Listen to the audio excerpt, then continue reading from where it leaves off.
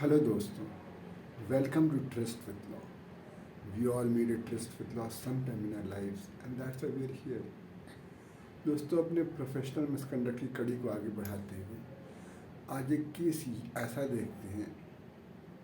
इस केस का नाम है Kaushal Kishore Awasthi versus Balwant Singh Thakur and others. ये 2018 का सुप्रीम कोर्ट का जजमेंट है। इसमें दोस्तों हुआ ये था कि जो अपैलेंट है वो एक एडवोकेट है और इसमें जो जो कंप्लेनेंट है, जहाँ पर रिस्पॉन्डेंट नंबर 1 है, उन्होंने एक कंप्लेन की है स्टेट बार काउंसिल में कि प्रोफेशनल मिसकंडक्ट को लेकर। Finally bar council of India ने उसको स्टेट बार काउंसिल से फिर वो बार काउंसिल ऑफ इंडिया के पास से गया कंप्लेंट और बार काउंसिल ऑफ इंडिया ने इसको प्रोफेशनल मिसकंडक्ट बोला। अब किसको बोला ये देखते हैं फैक्ट में। तो हुआ ये था कि जो कंप्लेनेंट है उसने रिस्पॉन्ड अपैलेंट को, जो अपैलेंट जो एडवोकेट है उनके पास पहुंचा था एक suit of declaration of title file करने के लिए। बाद में इस सूट में कंसेंट डिक्री पास हो गई। अब ये जो कंप्लेनेंट है उस प्रॉपर्टी को बेचना चाहता है, तो जब वो बेच रहा था किसी थर्ड पार्टी को बेच रहा है, तो अपैलेंट ने बीच में एक ऑब्जेक्शन डाल दिया जो रजिस्ट्रार के यहाँ, ये प्रॉपर्टी अभी बिक नहीं सकती क्योंकि इसको मेरे पास कुछ पैसे देने हैं।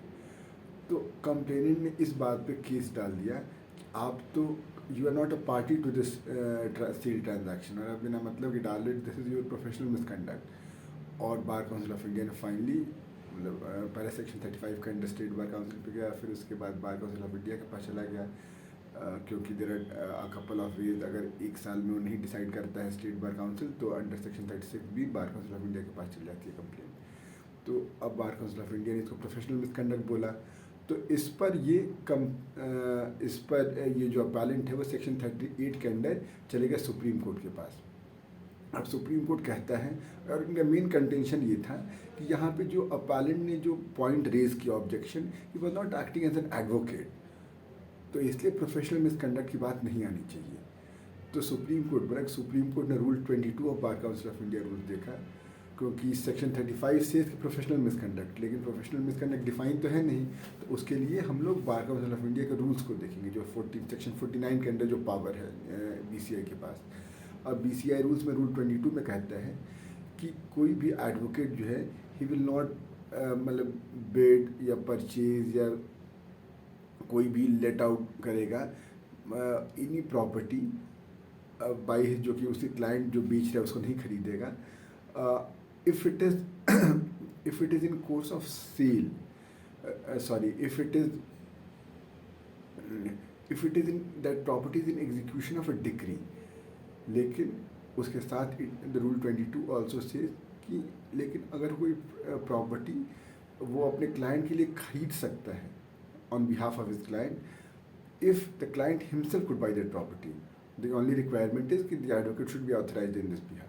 तो रूल 22 पढ़कर फिर उसके बाद कोर्ट कहता है कि यहाँ पर जो एडवोकेट यहाँ पर जो मैटर था अबाउट द पहली बात तो property is not in execution of any degree, ये जो सेल हो रहा है।